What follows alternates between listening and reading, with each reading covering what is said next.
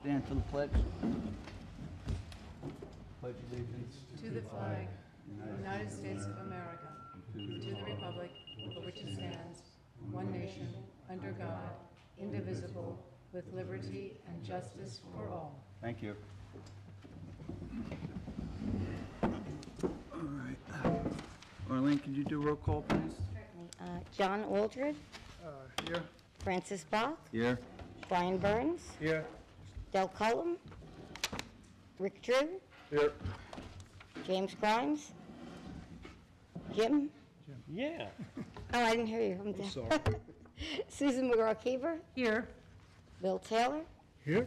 Susan Vorpal. All right.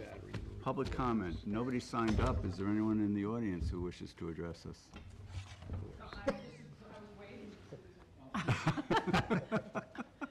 Simon?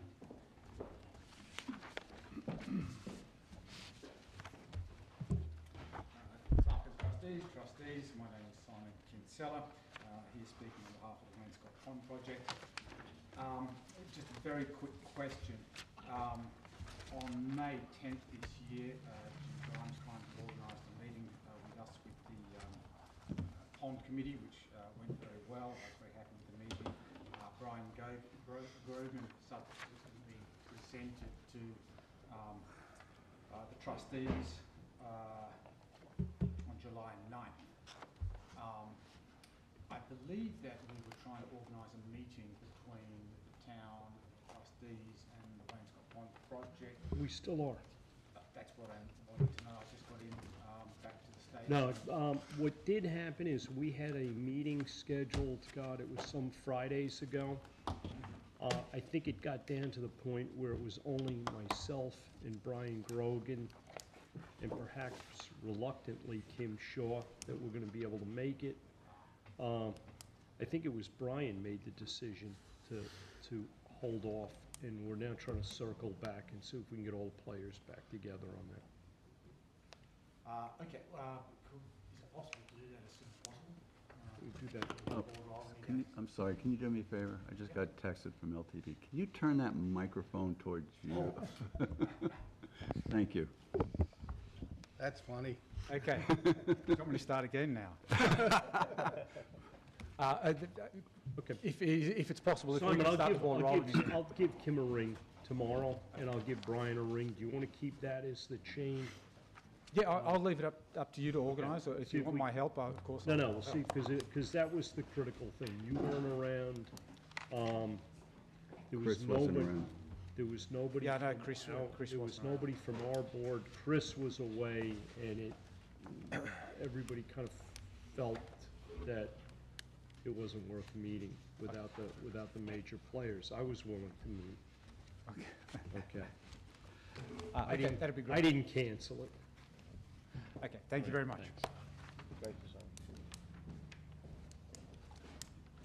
Anybody else? Yes, no? Okay. Move on to new business. Application from the town of East Hampton to replace the bulkhead at Town Dock located at 3 Mile Harbor, Hog Creek Road, Suffolk County Tax Map 300-204-3-3. John, you had some stuff, right? Yeah, I took a look at this. We have an application from McLean and Associates on this on behalf of the town. Basically, it's to tear out and rebuild the bulkhead along 3 Mile Harbor Road at the head of the harbor. And they're going to replace all the electrical and water infrastructure. The thing that jumped out to me is there's 2 drain pipes that come through the bulkhead from road drains.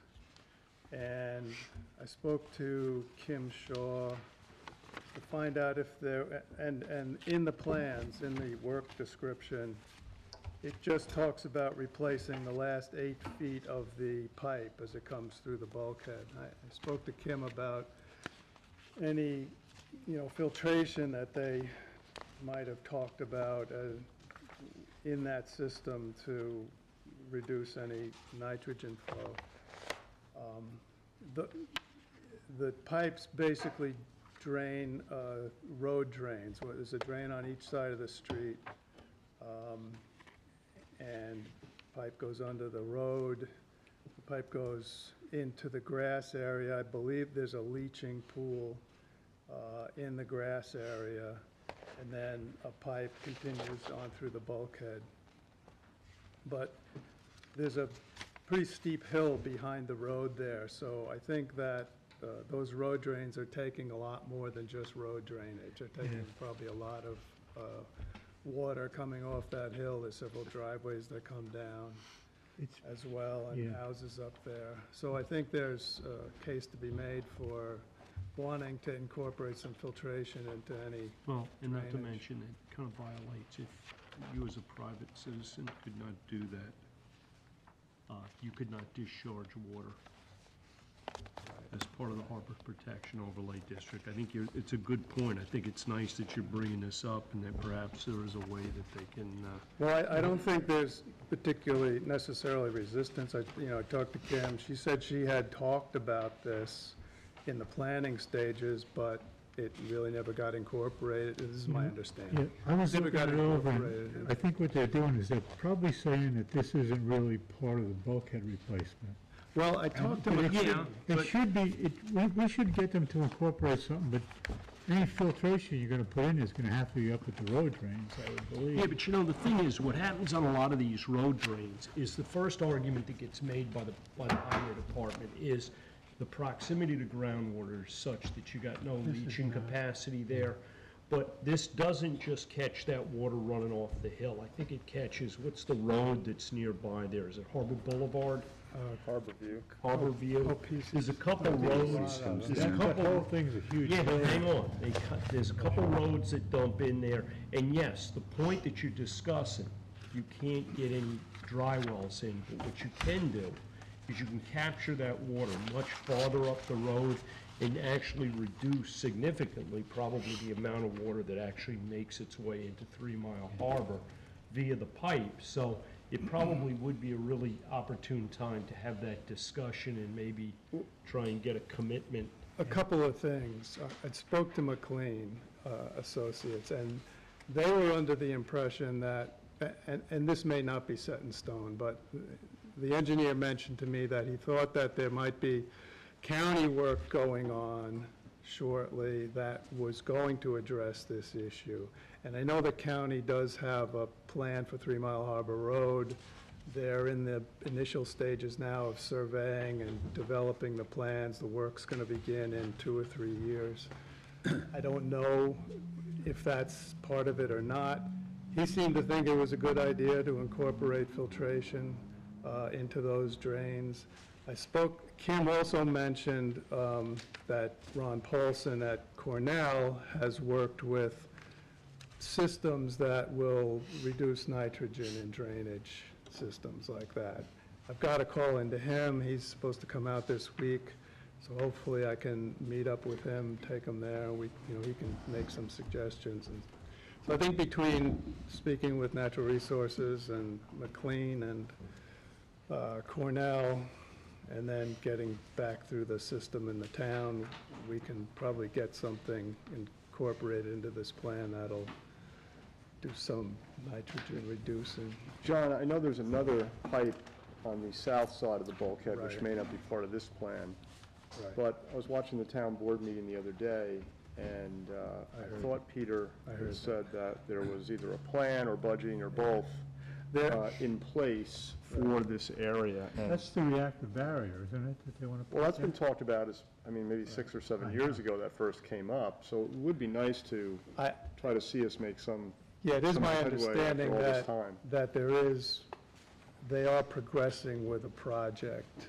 to deal with filtration of that system on the south side. The But it south isn't side. part of this project. because I think that's a different water source, is that I correct? believe so. That runs all the time. So I Yeah, think right. that It's like it's tapped into a spring in that grassy Groundwater, area. which is leaching maybe septic system You nitrogen. know, the groundwater's coming from, it's almost like a creek under there, like a Yeah. river. I mean, there's some Yeah, serious. back towards the cottages They had and to Denmark. tear the bathroom down there like 10 years ago, because they just couldn't, the cesspool, it was just full of water. Right, right. so it's, So this would be a separate project Yeah. from that That's project? separate, yeah. Okay. Yeah. The only reason, the filtration and the drainage came up is because there are those two road drain pipes through the bulkhead that they are gonna replace. And that's why they don't run all the time, they're just Yeah, right, when there's excess Right. water. right. Oh, okay, thank you. So I think we should just hold on to this until we get a little bit more information about that. he's coming out, what, Wednesday?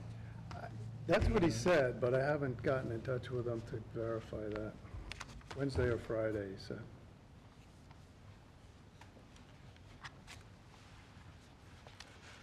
John, is there any previous application history on this one, do you know of?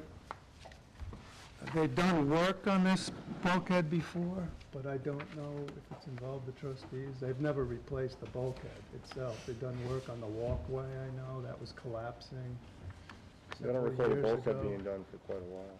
Yeah, I don't think the bulkhead itself is actually ever. That was a county-installed bulkhead, wasn't it? Yeah, it's starting to go. I think so. So it's all Suffolk County creosote, bulkhead, it's all creosote and steel, the existing bulkhead. I mean, the replacement is gonna be greenheart wood pilings and whalers and fiberglass Vinyl. sheeting, structural Fiberglass. fiberglass sheeting.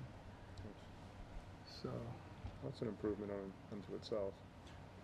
So they're should we gonna, look they're at- gonna raise it up? I was any? wondering if there's a file existing with some sort of back and forth on this type of project with these guys in the past that we could look at, just to see where we've been I'll- from that standpoint. I'll look through the files and see if there's anything. But nothing, red flag strikes me, I was just wondering. Thanks. John, are they raising it at all? Yeah, it'll be 18 inches. That's their proposal. They've also got applications in that they sent in at the same time they sent ours in to DEC, Department of State, Army Corps of Engineers. And they haven't, there's no action on those yet. Mhm. There's no rush on our, shouldn't be any rush on our end to do anything. No, although their time frame is October, I think. Yeah, Pretty we have a ambitious. few meetings, we have a few meetings between now and October. All right, anything else on that? Move on to old business. Kayak rack update on Mill Hill Road and Settlers Landing. Yeah, we got a price from Chris Hamilton for 3 racks at Mile Hill, 2 additional racks at Hands Creek, plus repair of any broken rails. There is a broken rail at Hands Creek. That's $1,600. And that's, seems to be in line with the... 16 or 14? The one I have says 14. Well, I asked Arlene to make sure this had the number of racks, which that one didn't, Okay. and also address the repair. So I don't think he had factored in the repair at the $1,400 price. It's still pretty reasonable. Yeah, and it's in line with the estimate that he gave for Gerard Drive Last time. last year. Somebody want to make a motion to approve that? I'll make a motion. I'll second. All in favor? Aye. The only question I had on this is, we're pretty late in the season. I know he'd like to get going on the job. Yeah, but you know what, if he does it now, okay, we're ready for it in spring, you know? So how do you think we should handle, I mean, Mile Hill's gonna be brand new, there's no racks there. Should we charge? Should we give a grace period I'd till? give a the grace spring? period. I'd give a grace period, because season, Get it there's on. not, there's not enough left of the season. What if And what if we put them out at half price for the rest of the season? Yeah, we're more than There's halfway nothing through left. the season. Yeah, I'm just It's kinda like- By the concerned that- time they're built, It's kind of like selling your lift ticket. Right, but I'm concerned that if they just go in there and they start using it, and then next year, all of a sudden, they have to pay for it. well, I think It's we gonna be should an put issue. a sign on it or Yeah, something. well, you Or could- Make we could it just- known that. We could just This have is the have story. just as There's- Arlene type up a thing, staple it to the rack, Yeah. advising them that starting when's the season start next 4/1. year? 4/1. If they want to be on the list for spots at this, to contact the trustees office, the numbers and all that stuff, and we can have There are that. only 4 spots at Settlers? No, I no. hear you say 4? There's currently 3 racks at Settlers, they're all full, we're building 2 more. Right, okay. We're kind of talking about Mile Hill here, I Yeah. think, which has Yeah. none. And then we're you're gonna build building one there. 3. Yeah, 3 racks. 3 racks? That's like 12. I guess, do we want to handle Hands Creek the same way we handle Mile Hill? It's a little different in that there's existing racks there. Well, I mean, to have the racks just sit there, I'd let people use them, do the same thing, put a sign on them, and then next season, they can sign up. Because there's an incentive for the people to recognize that, hey, I need to get on the list, because Right, at Hands Creek, they know that right, They got that- shut out. they get shut out, so. okay. Everybody all right with that? Sure. Sounds good. Thanks, John. All right, update from committee charged with reviewing the RFPs received for historic research on the trustees' Northwest Harbor Yes. area holdings. I have some information on that, Francis.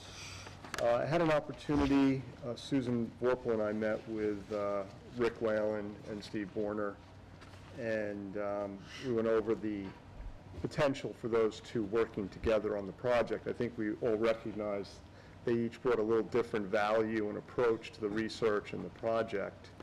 So we talked it through with them. They met, they kind of worked through it, and they felt that they could work well together, bringing their different skill sets to the project. And I asked them to go back to their proposals and try to adjust the price a little bit, since we now had 2 contractors involved. And just today, I just got copies of their revised proposals. So they're quite similar in content, maybe scaled back a little bit, because there is some overlap. And So do you want to distribute them to the board, and we'll talk about them at the next meeting, or you want to? yeah, that's Do it fine. now. So anyway, they were reduced a little bit. They're both very eager to work together, and I think we can have a really great project with these guys working together. So I will get these out to everyone, and if we could, it'd be nice if maybe we could vote on it at the next meeting, so we can get the project in gear. It was something that'd be great to see happen this year, while this board is in office together, and then look ahead to see what else, we may want to do with this area, using this as a reference project. So I'll get these distributed to everyone, Okay, sounds good. and be ready to go next time. Good project. Good. Yeah, thank you. All right, and anything new on Little Northwest Creek? Yes, there is a lot of interest in the Sag Harbor community, particularly the 300 families that live on the east side of Sag Harbor Village. There's 3 kind of beachfront communities there that share that stretch of beach from Havens Beach to Little Northwest Creek, and they are very interested in seeing the trustees provide some leadership on developing a management plan for the creek, maybe involving some environmental dredging of the shoaling and the meandering creek mouth. Sag Harbor Village has expressed an interest in participating through their harbor committee.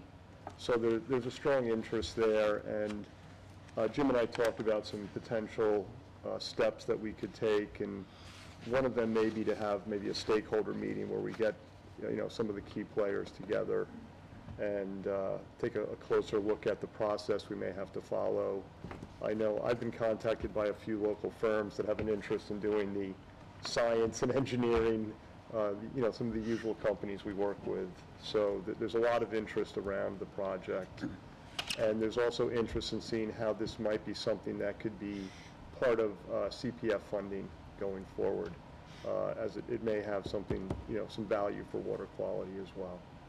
So, Jim, I'd like to work with you to get a stakeholder meeting together if we could in the next couple of weeks. I don't know, next week sometime? Try for next week. Yeah, so maybe I'll check with you tomorrow, we'll look at our calendars and Right. pick a date. And, Has there been any feedback from the village about their possible interest in Well, kicking into this project? we're actually working out a meeting right now with the new administration there so, I think, for a variety of subjects. but I think, John, to your point, that initial management plan development may require some seed money, and the need for maybe, the stakeholders to come together to get us to first base, and then look at how to apply for maybe some more significant funding to pay for the dredging or other work that needs to happen. So, yeah, I think there needs to be a cooperation on the financial side with the stakeholders. I don't think we can bear the burden of this as a that board. was my thought.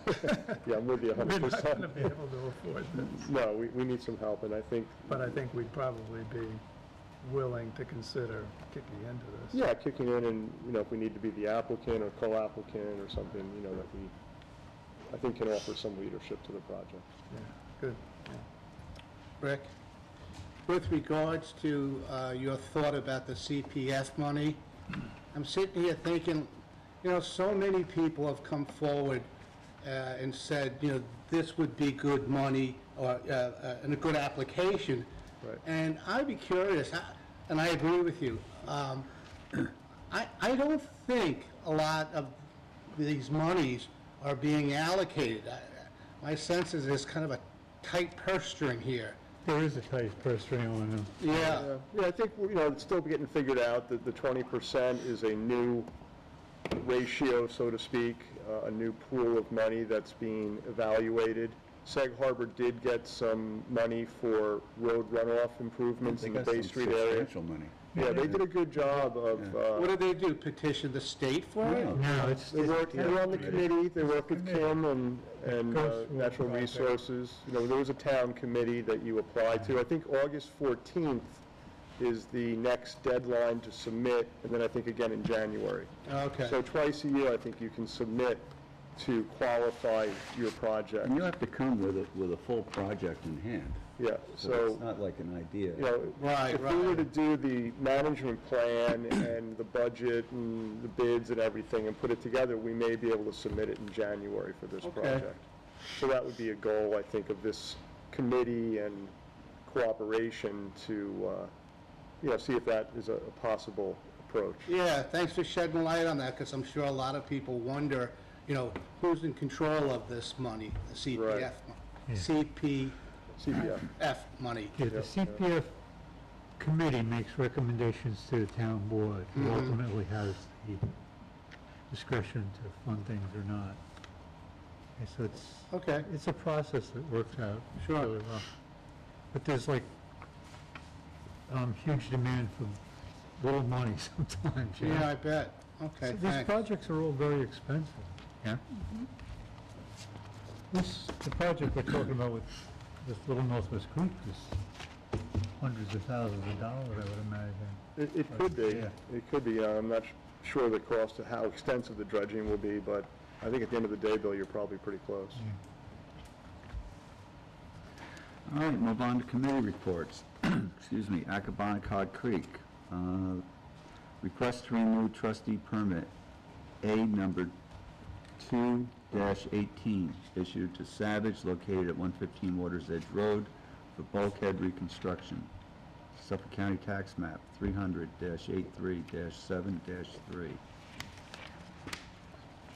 And included with that from First Coastal is the Simkin property at 123 Water's Edge in East Hampton with SCTM Okay, so tax this is number. one project.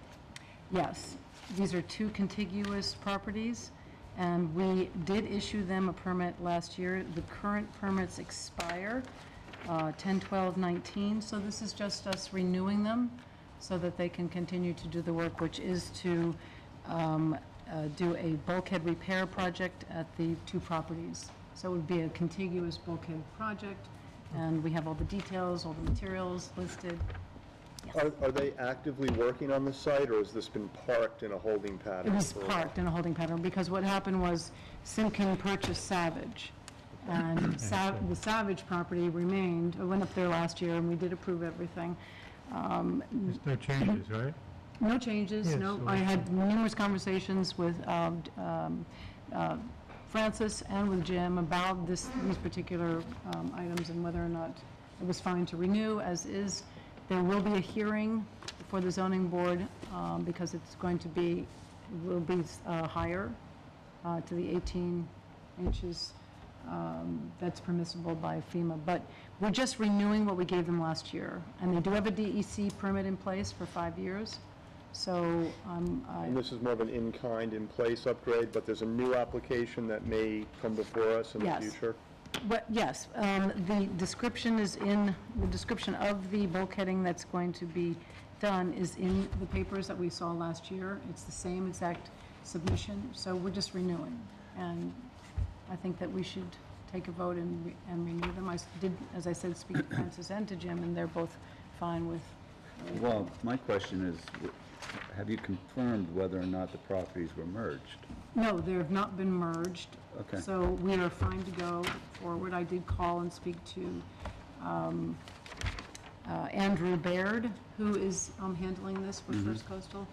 And he said that it's still as it is, so it's the same exact thing. Although Savage did sell, sometimes they continue on with the former permit in the same name. Okay. So are they going to start with these permits, or are they going to stay in a They holding have a pattern hearing August until? 20th, so I'm going to go and attend that and hear what the Okay. ZBA has to say, but I think for the moment, we should renew what we've already given them, and if things are denied for the ZBA or whatever, then we, could come back, but I think tentatively, So they're going to go one of two routes, the current in place in kind, or with the 18-inch higher project, yes, if they whatever. get that approval. Yes, exactly. So we'll go Would for the it make gold. any sense to wait to see what conditions the ZBA might impose that we would then follow in a permit, rather than have to give them a permit and then come back and modify the permit? I don't know. Well, I discussed that with Francis and with Jim, and they were okay just renewing what we had. When does this one expire?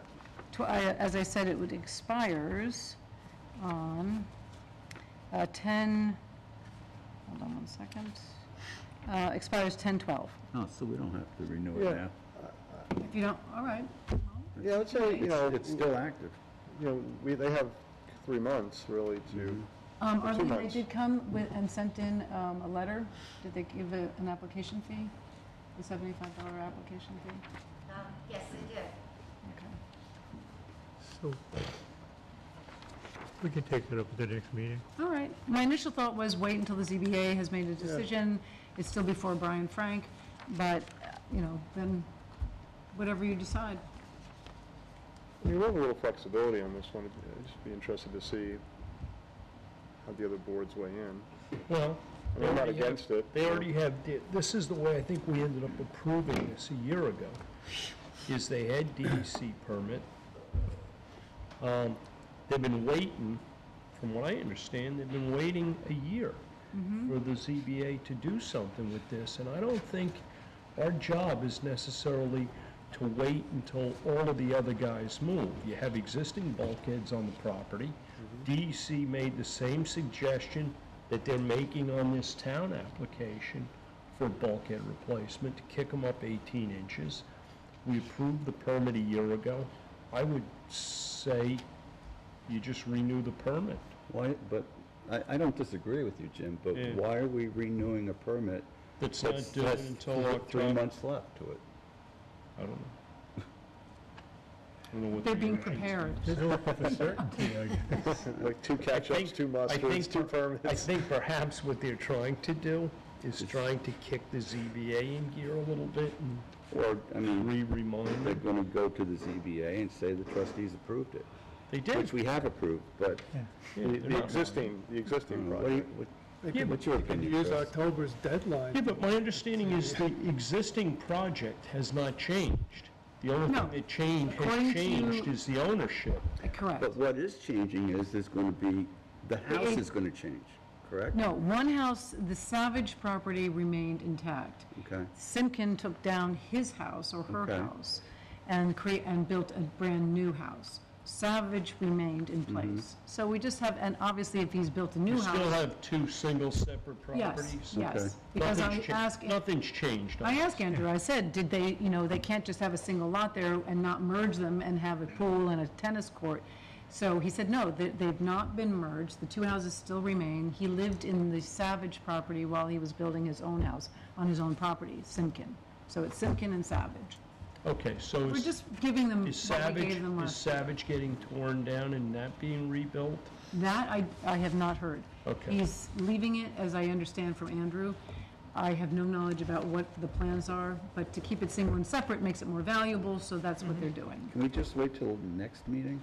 When's the ZBA that you're going to? August I 20th. just, And maybe would- ask, August see what 20th they've is the next, submitted is to the the ZBA ZBA. meeting? Or maybe, I mean, we could wait till, to see what they that's between Let's see now if and they- our next meeting, right? Right, but then they don't make a decision, the ZBA Oh, I that know. night. Yeah, well, what's It will that? take them at least 3 weeks to make a decision, I think, What if right, one Chris? house is Hi, gonna Chris. come Yeah, hello. Hi. I think they're allowed 62 Does it days to make. change? So that would bring us into Sort of does. the end of September, and then we're, 3 weeks away Close. from them having their permit Then it's expire. more like one property, I don't know. I don't know. Well, you might just get a It's a flavor of conti- which way it's a it's, con- if it's yeah. headed One down the meeting. wrong contiguous road. bulkhead. Yeah, just one meeting. One meeting. Okay. I don't think it can hurt at all to see All how right, that so goes. are we and- going to One meeting. hold it off for the next meeting? Yeah. One meeting. We'll be ready for the next meeting. Okay. All right, thank you very much. Beaches, Well, can we go back to Hog Creek for one sure. minute? We had some discussion about the, I guess, the dredging project in Hog Creek a while back, and that there was some spoil that hasn't been disposed of or sold or managed. We are yet. meeting tomorrow, Funny Jim you and should bring I. that up. Quick update, anyone? Jim and I are 2 o'clock meeting tomorrow. tomorrow with, Oh, there you go, my radar is going off. You got some time on your hands. You going down to Clearwater? No, we're gonna meet. we're meeting tomorrow at the Okay. trustee office with Probably could've done James Clearwater. Cafaro. Oh, who's good, the head of, okay. Yeah, yeah. Clearwater Beach Yeah, James is a Association. nice It's been guy. a while, trying to get, the logistics done, but it's tomorrow at 2 PM Excellent. in our building. Well, we'll look forward to the update next time. Okay, Thank you. very good. All right, beaches, request to close out a trustee permit, B number 3-19, issued to 171 Lily Pond Lane, for dune restoration and shoreline fencing, Suffolk County Tax Map 301-13-11 Pictures, if anybody would like to know. 5.3. I've looked at this property, they actually did a very nice job on Looks this.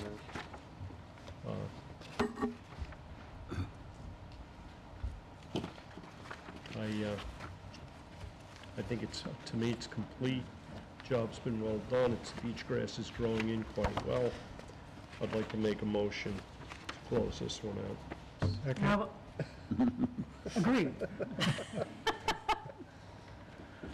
Sorry to follow Mr. Grimes since I serve on the Beaches Committee as well. Okay, no, Okay. please, go ahead. No. I'll second that. Oh, okay, good. All in favor? Aye. Okay, that was easy.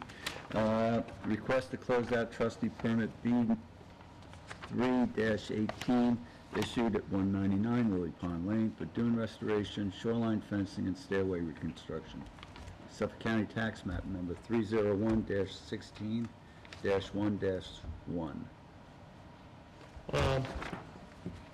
Let's see, this is, actually, Arlene, I see in the paperwork that InterScience submitted some pieces of a survey. Do we actually have a hard Yes, copy of a we have survey? a hard copy. It might be in Francis's. Okay, because that was my only reservation on that one is, when the title block's missing, along with the dates and everything else, it's hard to even know that you're looking at the same property.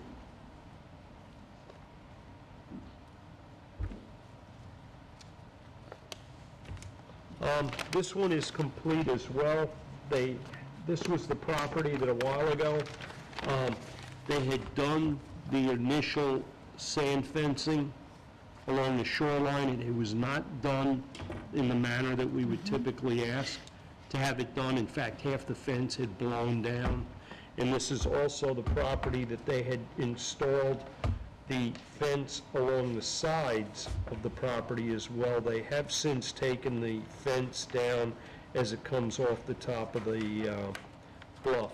The one thing that we did want to make sure is this was a revetment, okay? The revetment is not really technically in our purview, but it does abut our beach, and it does show that it is in the same spot that it was before.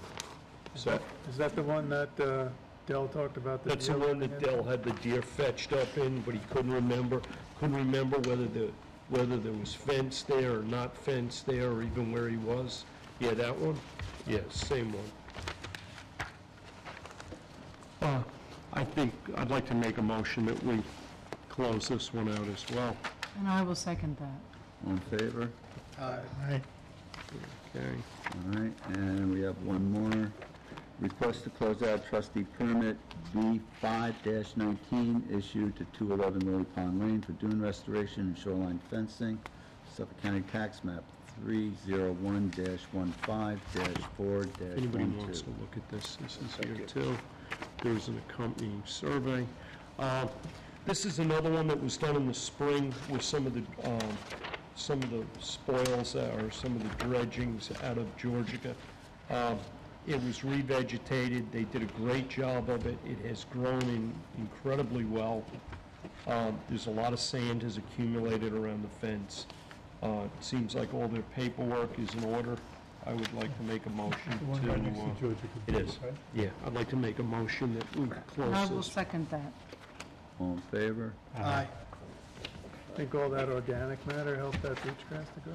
No, Why can we I tell you left it what the in there? guy did? The guy that planted it, like, he talked to me, and I said, you know, what the town likes to see is 3 combs, you know, per thing, and he took it absolutely literally. And when he planted it, he planted nice hulking combs of beach grass. He planted them nice and close together.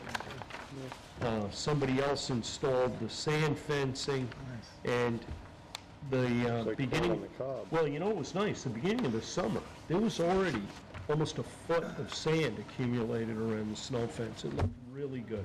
There you go, doing its job. Thank you, Jim. All right, move on to education.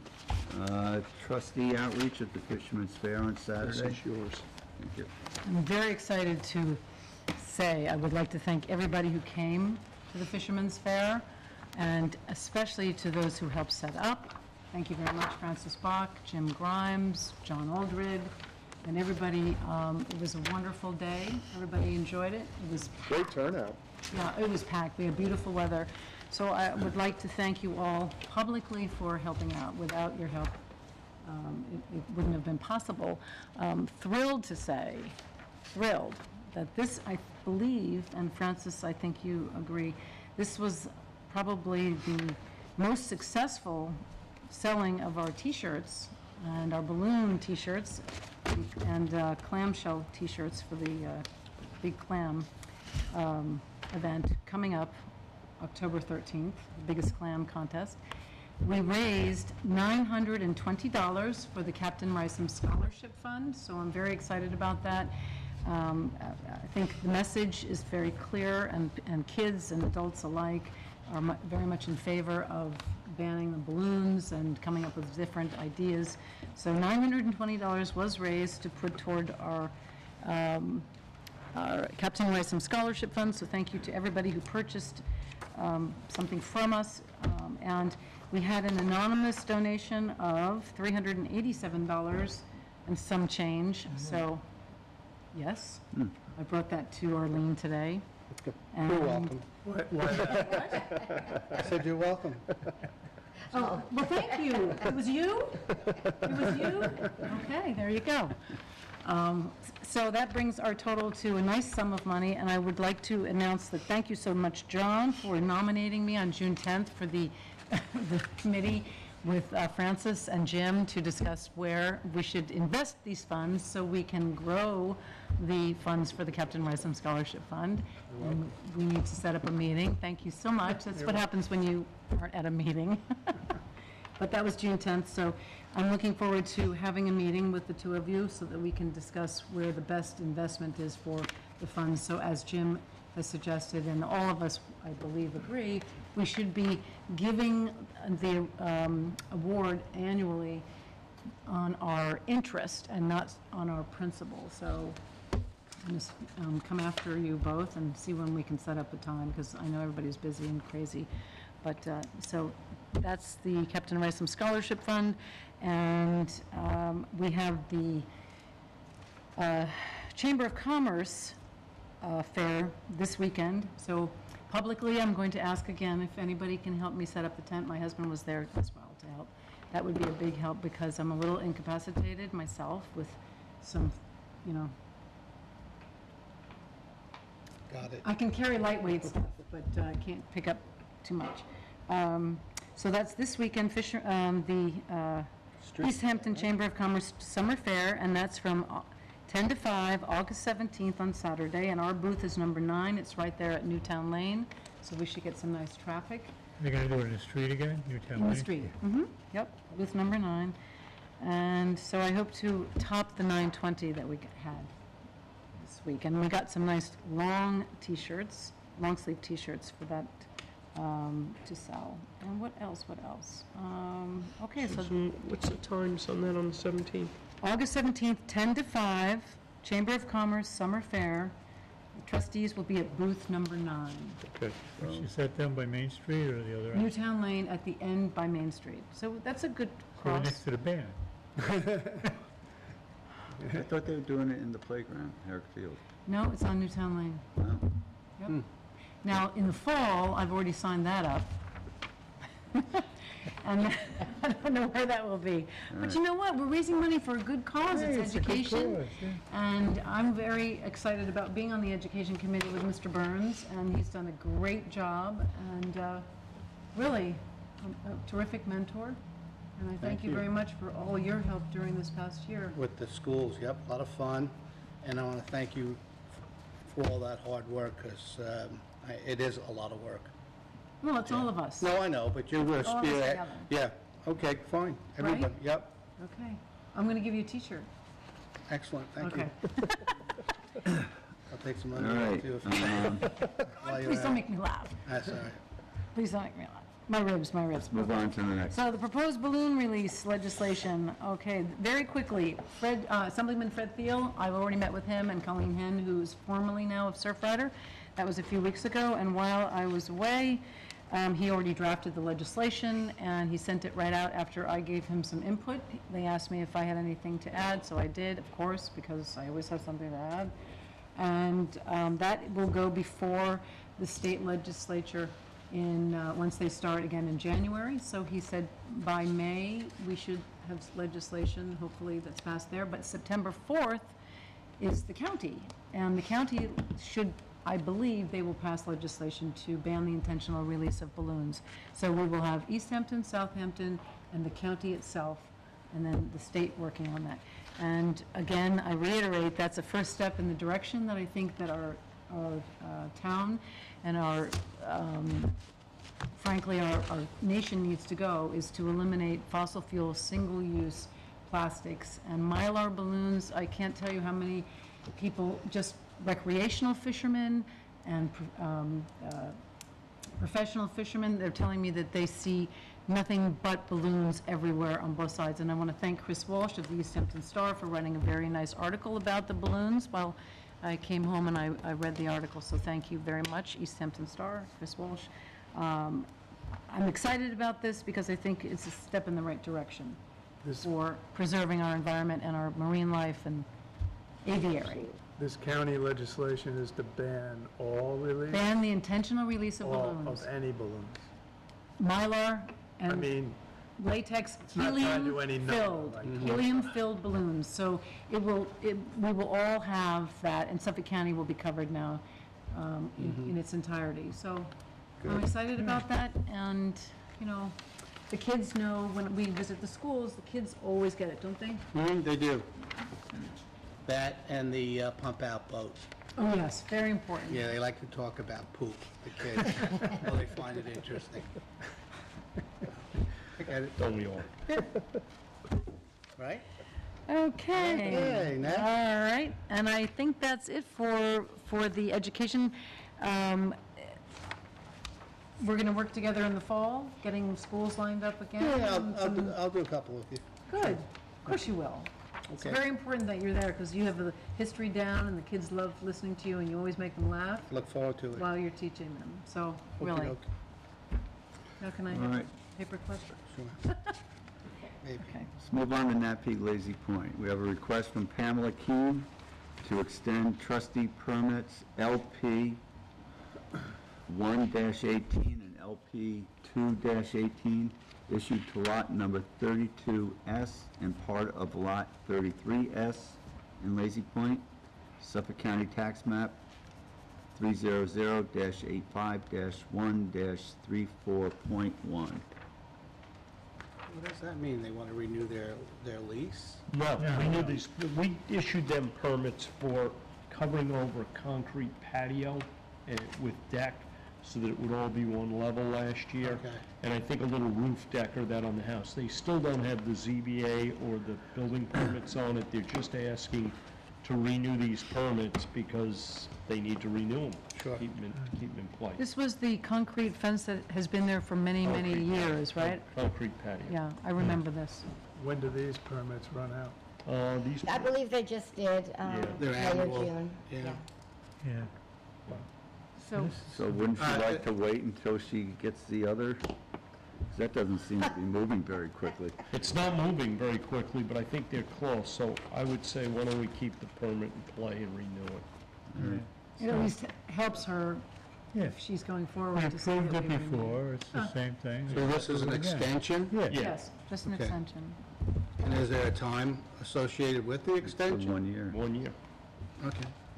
Is there a motion? I'd like to make a motion to extend it. And I will Renew second it. excuse me. All in favor? Aye. Aye. Oops. All right, 3 Mile Harbor. Request to close out trustee permit T3-19 issued to Healthend, located at 37 Molina Drive for construction of a stairway to the beach, Suffolk County Tax Map 300-35-4-1.1. Is that you, John? Yeah. I want to hold off on this. The staircase that was built and is on the as-built survey is not the same staircase that was approved, which was based on a previous survey with that proposed stairway on it. So, planning also has issues with this to take to the ZBA, and I'll see how that shakes out. I've spoken to Mike Delalio, the planner. He's aware that our issue is primarily to make sure those staircase ends at the base of the bluff, toe of the bluff. It's a little bit out from the bluff, but there's so many other issues with the That's what bluff happened. staircase that See. just hold off on it. And here, this is Originally the, came straight down and then like that. So it's, So it came straight down, a little bend and so down. it's encroaching. So they don't So have this is completely different. this is the approved, this is the survey on which we approved. This is the same survey that the ZBA approved their permits on. Yeah, I don't quite get the number of jobs, but I'll tell you, when the town approves wants these straight runs of stairs, they're dangerous. Yeah, but that's what they submitted. This is Yeah. what they built. Yeah, I know. They could have submitted They this. could have Yeah. They could have done something, they could have done what needed to be done just by coming back with a modification. We were talking about it Right. 4 years ago. It's the same. These things You know, have lives of their own. going up there. It's here. All right, and a request to close out a trustee permit T7-18 issued to 2112 Hunting Avenue LLC, located at 42 Hedges Bank Drive, for the construction of a stairway to the beach and shoreline fencing, Suffolk County Tax Map 300-35-2-5, and, so yeah, that's to close out that permit. This also, I think we need to hold off on. The staircase is basically okay. It's been signed off by planning. It's pretty much as approved, there was a snow fence, a derelict snow fence out on the beach on this property, and we asked that be rebuilt at the toe of the bluff. They agreed to that by letter. So moving it back to the bluff. So I spoke to the agent and told them that we felt this was pretty much out on the beach where the original one was, and we wanted it back on the toe of the bluff, so I sent him talked to him, he said he'd speak to the owner, and I sent him a follow-up email. I haven't heard back, so we'll see how that works out.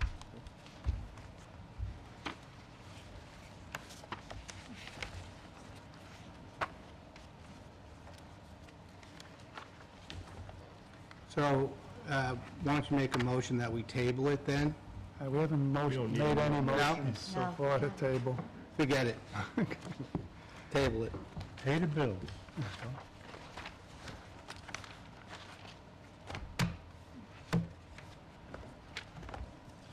All right. Payment of the bills, Optimum, $133.53. Seacoast Enterprises, $487.72. Montauk Marine Basin, $198.58. Staples, $130.13. Have a motion? Make a motion, we pay the bills? Second. Second? All in favor? Aye. Okay. No, it's not here? The proposal to buy the engine. Oh, Well, that we was had- in our, I could just, we authorized the purchase of an engine, and it was, I think we authorized up to 10,000. The engine itself is on the way. The price on that, the invoice was like a little under $8,000. But the whole job is gonna be, like $10,900. The engine's been shipped, so we told them to go ahead. $10,995. And we made some phone calls, and nobody had a problem with it. But the total bill is gonna be slightly under 11,000 instead of 10,000. And just so everybody's aware, this is a replacement for our pump, one of our Yeah, for the pump-out boats. pump-out boats. Okay. Mhm. And it's, the deal is in 3 Mile Harbor, Mhm. and it should be done. I spoke to Jeff Briggs today, and he said it would be, he expects it in before Wednesday, so he can either do it, or probably next week on Tuesday and Wednesday, when the boat is normally Sounds good. So tied I up. think we're looking for a motion to authorize, The additional, yeah, why don't we, Cost. can we say spend up to 12,000, just in case there's I'll any? make that motion. I'll Second. it. All in favor? Aye. Thank you. I don't think it's gonna go over what he said, but, And all it's a firm kind of we have the minutes for July 22nd. Anybody have a chance to review those? I'm looking at them right now. I read them. We just got them. Last week. You reviewed them? Table? I reviewed them? Yeah. Okay. The ones with the little Northwest Creek and John, Oh, all right. and the DEC, yes. They were sent out 2 weeks ago. I'll make a motion that we accept the minutes. I'll second that. All in favor? Aye. And financial report for the month ending July 31st. I would ask that we table that till when we meet next time, give everybody an opportunity to look at them. Okay, does anybody have anything else? I have something in my folder, so I don't know if you would like to read it. It's about the Village of Sag Harbor and Town of Southampton. Request of our presence? Village of Sag Harbor and Town of East Hampton request your presence as we celebrate the acquisition of the John Steinbeck Waterfront Park on Friday, August 16th, 2019, from 10 a.m. to 12 p.m. Foot of the bridge in Sag Harbor, New York. Public's welcome to come celebrate. Very nice. Right. I have just one little note. I said I would mention this at our meeting on Mouse Point over the weekend. Apparently, there was a big party of sorts, and people brought lots of debris. And people in the Springs went out and cleaned it up, but it's where our kayak racks are. So I just want to, give us a heads up that people are having Partying. parties and, Season is wrapping up. yep, and there's actually some clothing, I have pictures of it, and I didn't see any point in showing these things, but just to let you know, around our kayak racks, it didn't seems take to be, pictures? sorry? You didn't take pictures to bring back? I have pictures, but I didn't think it was necessary to just show you beer bottles and containers of food that left uneaten and He clothing. wants to see the clothing. The clothing, actually, it was Giorgio Armani bag. Speculate on what was the thoughts behind this or anything like that? Thought behind it, negligence. So I said that I would mention it and to please be aware that, we have people that still don't understand to pick up their garbage. So I posted a picture this morning, bright and early, of 3 garbage cans at Indian Wells, and I said, they're hungry and they want your debris. Please feed them. So if everybody would please take care of our beaches, we work hard to keep our environment beautiful. Thank you. I have a couple of things I'd All like. right, John. First, we had asked Boehm to do a study on EMF and migratory fish, and they agreed to do a literature search of sorts. That's been completed, and it's published. Evaluation of potential EMF effects on fish species of commercial or recreational fishing importance in southern New England. I'd like to put that on our website, and both the link for it, and hopefully we can get the whole report on there so people can take a look at it. I encourage all the members of the board to review it. Do you have a link to it, John? Yeah. We can Yes, send it would you- around. Yeah, if you could send Could you that send it to all of us?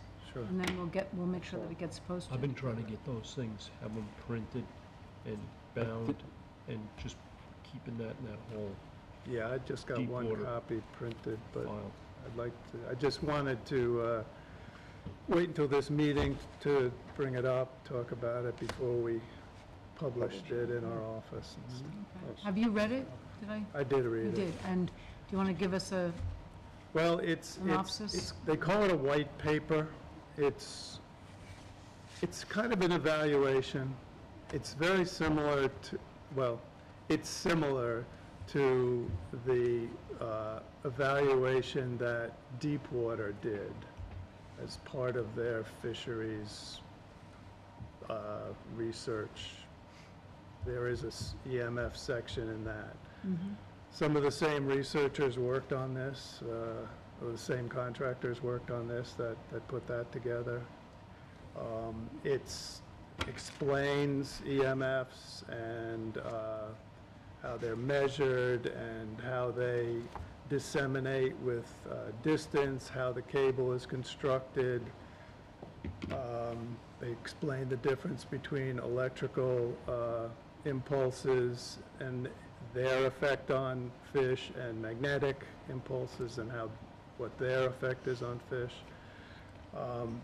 They spend a lot of, they stress the fact that electrical or fish that have electrical receiving organisms like certain sharks and rays, eels, elasmobranchs basically, are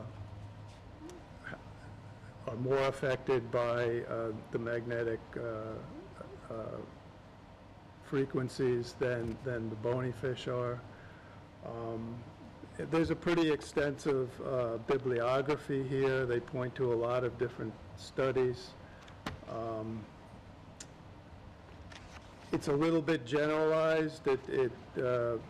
Mary Boatman of Boehm did make that point when she sent it to us, that this was written kind of for the lay perspective so that it would be understandable. So that's, to be taken into account in reading this. even though it's fairly technical. I was gonna say, Well, it has to be to Yeah. a certain degree. I think that's wonderful that you have obtained that. But the bottom line, from their perspective, seems to be that they don't feel as though they feel as though there's a negligible effect on the fish we're talking about, the migratory fish that are targeted commercially and recreationally along the beach.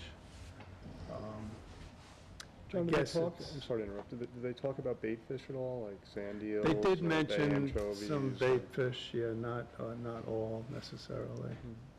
But they kind of grouped them, they grouped the fish categories, so anchovies, bunker might be grouped into a bony fish Right, right, category, Bigger. that kind of thing. They didn't go species by species and, do an exhaustive search of every research paper that's been family. done on that particular species. Yeah, it's more groupings and families. There's a lot of research out of Europe on the effects of migratory fish. I encourage everybody to take a look at it. Personally, I came away from it grateful that they did all this work and put this together. I still personally think that a field study along Long Island shores with our particular situations would go a long way towards satisfying the concerns of the industry. but how Especially would... since it's a oh, go ahead. before. It's a before, so to Before and study. after Yeah. study, yeah. Yeah, I mean, how would you determine that without the transmission line being present? Well, You I do the mean, be- You do the before essay. yeah. The theory is you look at the migration pattern before, Right. and then you continue that look as the cable is installed and charged. That's a very complicated study, and, I've had some discussions with people at Cornell and who have links with people at Stony Brook on how the study might be put together. They are doing a study like this with sturgeon right now. Stony Brook and Monmouth University are involved in that. So, There is a framework with that sturgeon study that could be followed or built upon.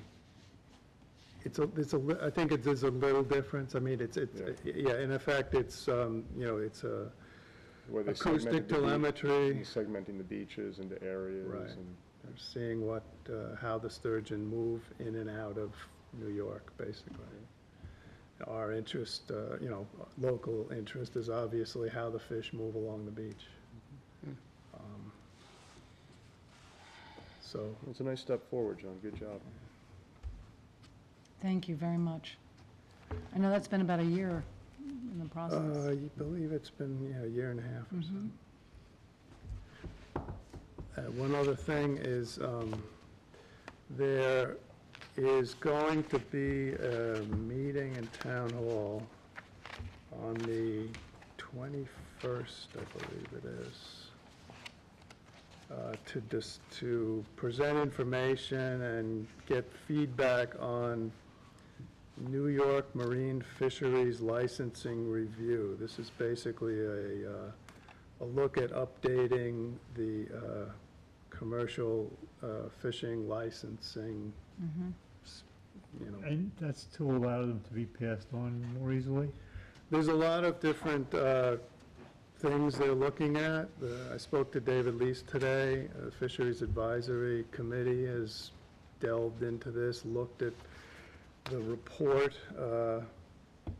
from the state on this, which has identified issues, made certain recommendations. Fisheries Advisory Committee has weighed in on some of those recommendations and expressed its interest in some and how it feels about certain things. I got a call from a fisherman this past week who, mentioned this and was concerned. I think it's something that, again, I'll pass on this information to the board. There's a link to the report. You can take a look at it. It's a long report, but basically from page 25 to page 40 are the issues, options, and recommendations of this report, and that's what the Commercial Fishing Advisory Committee is weighed in on. Those minutes, the minutes of that committee meeting are being finalized now, so I'm going to ask David if he can make that available to us, so I can also disseminate that, so we can look at it. But thought it might be interesting to some of the members to follow this, perhaps go to that meeting, learn a little bit more about it, and maybe we can talk about it a little more at our next meeting and come to some consensus about how we can support our local fishing industry with these licensing changes. Is that George LaPont that's running it? He's very well respected fisheries manager, researcher. Right. From Maine down to Maryland. I think he's done several of these projects. When's that meeting? The 21st at 6:30? 6 o'clock, I think it is. 21st, East Hampton Town Hall, 6 p.m.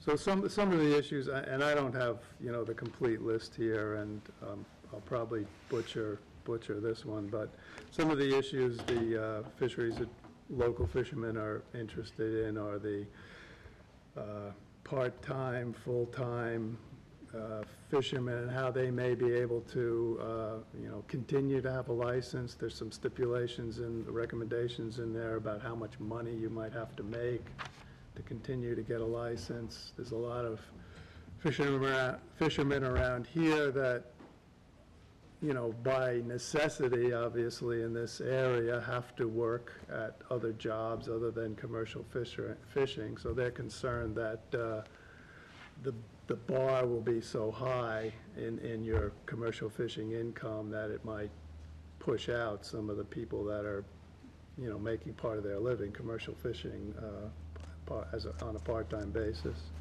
now. New entrants into the licensing system. The fishermen here are interested in allowing young guys who are working in the fishery now to enter the fishery. There's interest, there's issues with latent licenses, which I'm not really that familiar with, how they're dealt with, and how those licenses are pulled back and then new people are made eligible for them. There's an apprenticeship program, interest in apprenticeship program. I believe what that entails is, people who are maybe working on a fishing boat now and being able to use that background and experience and income to get a leg up to get their own license. So there's various issues like that, and as I say, I'll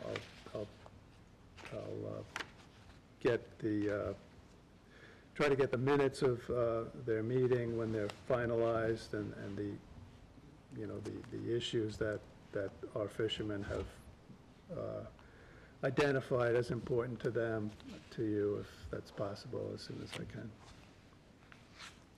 Okay. Thanks, John. Okay. Anybody else? I just have a quick question, and this just a thought. It sounds a little punitive. If a fisherman does not earn enough income, they may lose their license? Well, I Is think that what they're what they proposing? don't, any license doesn't want to do is basically give out a license and then have somebody not really use it, and then hold on to it. And then Right. somebody who might benefit by it doesn't get a chance. And how But many there are some licenses are issued standards. per year for I commercial don't know. fishermen? Do we There's know? currently around 900 Okay. New York State food fish licenses outstanding, of which some of those reports say that 300 to 400 are not being used at all. Really? So they're trying to find a way to retain the latent licenses and give the newcomers to the industry the opportunity, because they're non-transferable. You can't currently purchase or sell them. Right. You have to pass them down to an heir, a bloodline, or if somebody in your family passes away that has it, Right. there's a one-time transfer. So they're almost 100% non-transferable. So that's some of the issues that they're facing right now. I see. Okay. Thank you. You know, there's a lot of nuances in there, so you can I really see. look up on it. So that sounds like a very interesting meeting. August 21st, 6 PM. I agree with you, Susan, that that's a major concern a number of the fishermen have, that a lot of locals, myself included, maintain a food fish license as a part-time, where possibly in the future, it could be a retirement plan, and there's local police officers, myself, other people in different industries that maintain a license, use it part-time, and that's one of the issues that we're currently facing, whether or not they're going to allow part-timers to maintain their licenses. So it's an interesting topic. I'd love to discuss more about it with you and the public. Yeah, I'm always open for learning new things, so I would love to. No, it's a complicated issue. They're very restrictive about licenses can be passed on to, Okay. and they're passing over some, really deserving I individuals. was going to say that I'm sure that there's some young people who are coming in who say, look, this is my career, I'd like to make this, Yeah, they're trying to my expand the living. number of people in your family you might be able to give it to. okay, It's interesting. So- All right. So Chris, I'll take you up on that. You're going to come to the meeting Yeah, on the absolutely. 21st? Okay. Absolutely. One other quick thing, fishing-wise, this fisherman that contacted me mentioned this also, about the gill netting and marine mammal capture or trapping. Our local dory fishermen, I guess they're called, who set gill nets off the beach, are a little bit concerned that, they may get caught up in this incident with the whale and the gill net that was set out of Shinnecock. And there's been discussion along those lines at the town board level and with the Fisheries Advisory Committee. It's also something I think we should maybe become aware of, the issues, how these guys fish, I think one of the big differences is that, as far as I understand it, the people, East Hampton fishermen that fish off the shore basically don't leave the net. They don't walk away from it and let it fish through the night or anything like that, so. It's a they different way they do it. Yeah, it's a little. But there's been a lot of stories around boats from Rhode Island and stuff. I don't think there's a lot of validity to some of that stuff, but it has become a hot topic. Well, I think we should be prepared to sort of be aware of the issues and perhaps, ready to speak as a board if it gets to the level of agencies, New York State agencies, taking this issue up. There are, obviously the DEC is looking at it, Marine Resources Advisory Committee had it on their agenda. The Atlantic States Marine Fisheries Commission is looking at it. So there's a lot of people looking at it. And I think, East Hampton gillnet fishermen are somewhat unique in the way they do approach the fishery, and I guess, we should maintain our awareness of what's going on so that, we can weigh in on their behalf if it looks like they're going to get caught up in a regulation that shouldn't necessarily apply to them. Well, we've dragged this out long enough. John is here. we've been waiting for you. So you're waiting for me? We're just getting into croquet. No, not long at all, John. Welcome. Welcome, John. Hello, good evening. You're up. Want to say a few words, John, or get an update from us? Well, either one, whatever. Yeah, why don't you come on up to the podium since you're here? You know, we did bring up Little Northwest Creek earlier on our agenda, and, Introduce oh, yourself I'm sorry. first. John Parker, Sag Harbor, Harbor Committee. So you're here on behalf of the Harbor Committee, or as a resident, or both? Both. You know, I did speak with Mary Ann Eddy, the chairman of the Harbor Committee, earlier, and she did have several members of the committee and other stakeholders with her. I don't know if you were there. Yes, you know, we were there. I was. And, you know, I do think it's logical for us to get the stakeholders together and start to frame out an approach that, you know, does involve all the interested parties and look at some of the next steps. And, you know, I really think that's where we're at right now. There's a lot of interest, obviously, from some of the local contractors to be a part of the process, so. Okay, well, I suppose that's good then. Yeah, maybe, you know, some type of a competitive bidding process or request for proposal may be ahead of us. So I just want to let you know that we are continuing to look at this, and I was asked to set up a stakeholder meeting, which we'd like to try and do possibly next week, if possible. So we'll have to get together with our calendars and see if we can put that together. Okay, I'm going to be out of town personally next week, but I'll be back the week after, but anyway, that's not, shouldn't prevent you from getting everybody else together. Maybe you can call in if you're there. Sure.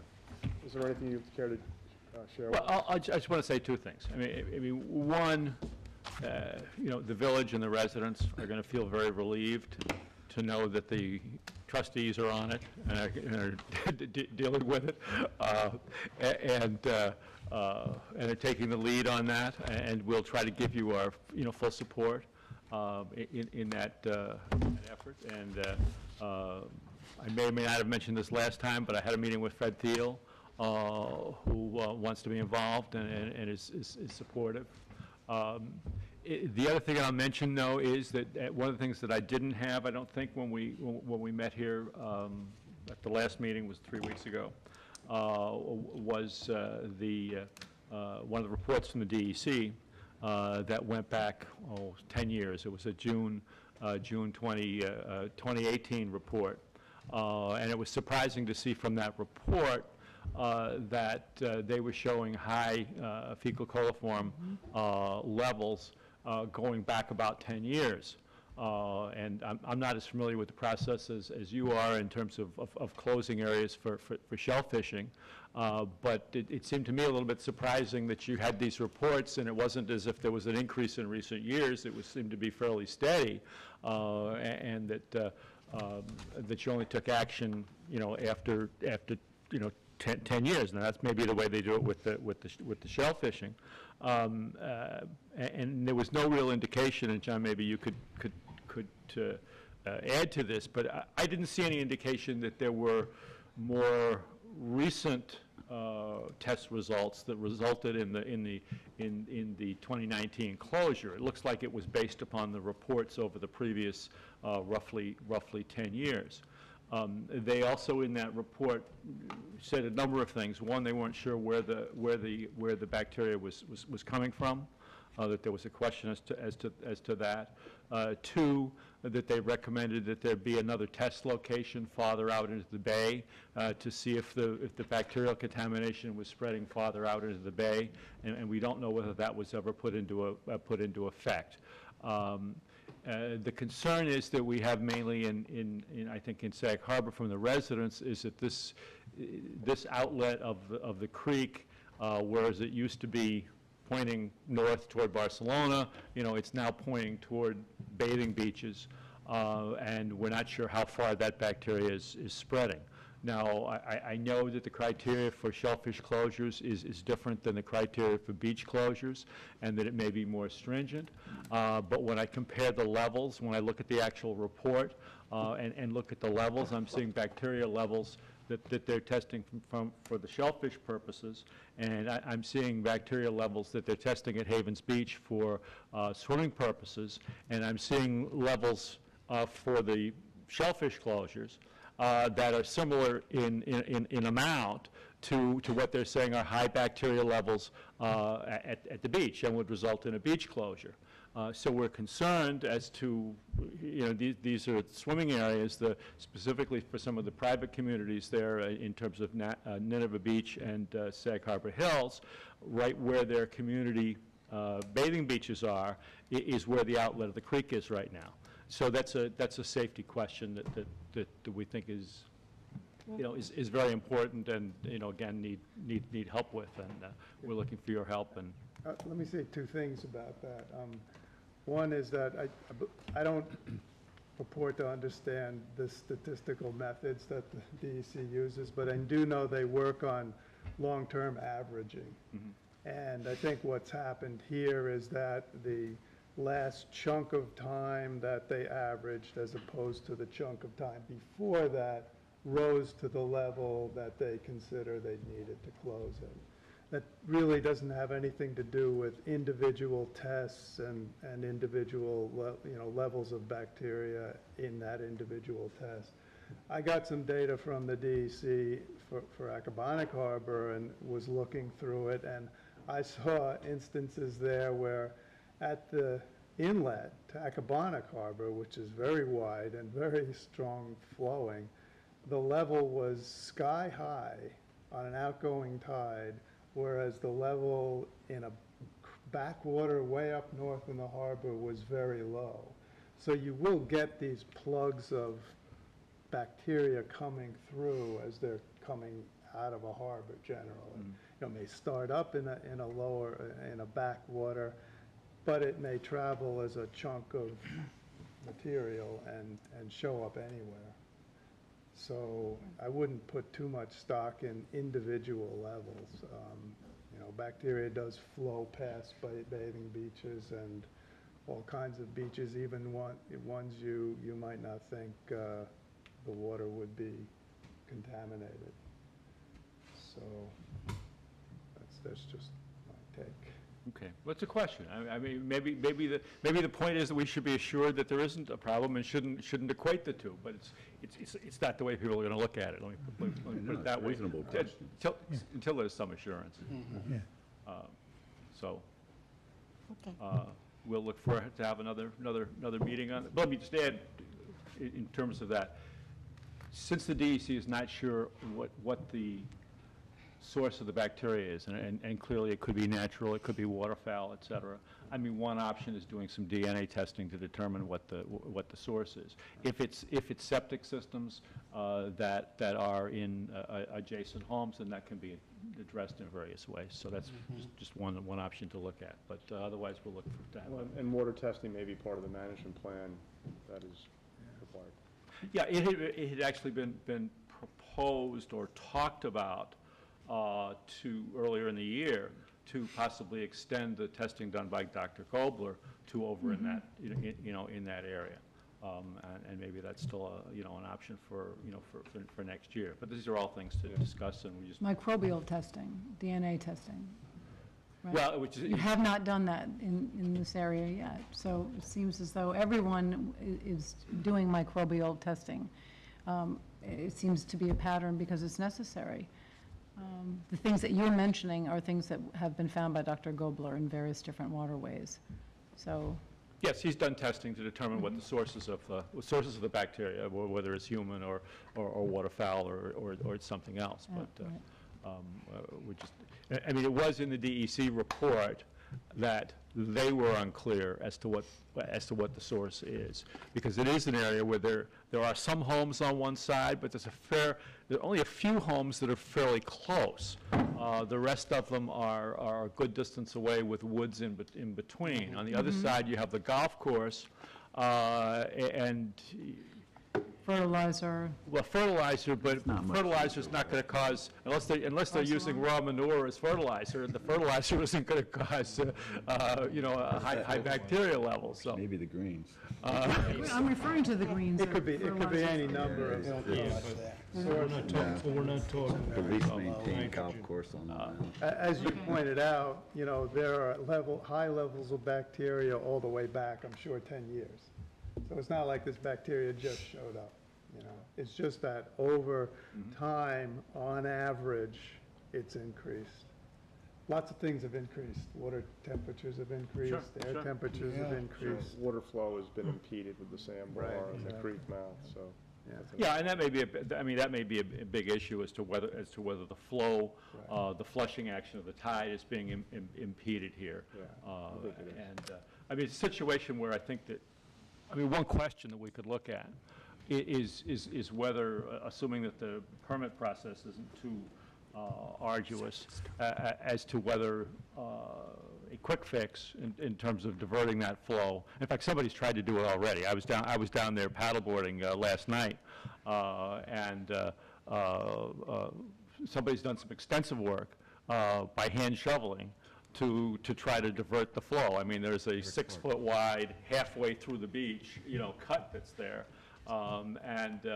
It wouldn't take very, it would take maybe a couple hours with somebody with the right piece of machinery to finish the job, and get it done. So, and then you could see what the result would be, whether it would approve it or not. But anyway, that's a thought. Thank you very much. Thanks, John. Thank Thanks, you. John. Thanks Nice for to picking see up, you. John. Thanks for coming down. Anybody else? I'll make a motion to close the meeting. Second. All in favor? Aye. Get home safe. Thank you. Thank you very much, everybody. I thought you had something. Okay, that was Brian and Susan, huh?